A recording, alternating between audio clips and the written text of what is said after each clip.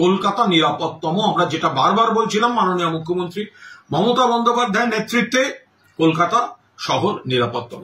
যে 19টা শহর ভারতবর্ষে যার জনসংখ্যা 20 লাখের বেশি, তার মধ্যে অপরাধের প্রবণতায়, অপরাধের ঘটনায় সব থেকে কম হচ্ছে কলকাতা শহর, আমাদের কলকাতা শহর। একটা তো হচ্ছে নিরাপদতম, কম অপরাধের ঘটনা কমছে, আমরা চাই একটাও না হোক, কিন্তু এটা তো সমাজ, ফলে বিচ্ছিন্ন কিছু ঘটনা যার সঙ্গে রাজনীতির কোনো যোগাযোগ নেই।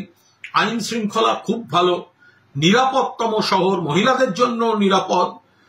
আর পাশাপাশি এখানে দেখার কথা সেটা হচ্ছে যে সংবেদনশীল পুলিশ প্রশাসন, অর্থাৎ অপরাধ তো কমছে, পাশাপাশি পুলিশ যে ব্যবস্থা নিচ্ছে, ধরছে, তার বিচার চলছে, শাস্তির ব্যবস্থা হচ্ছে,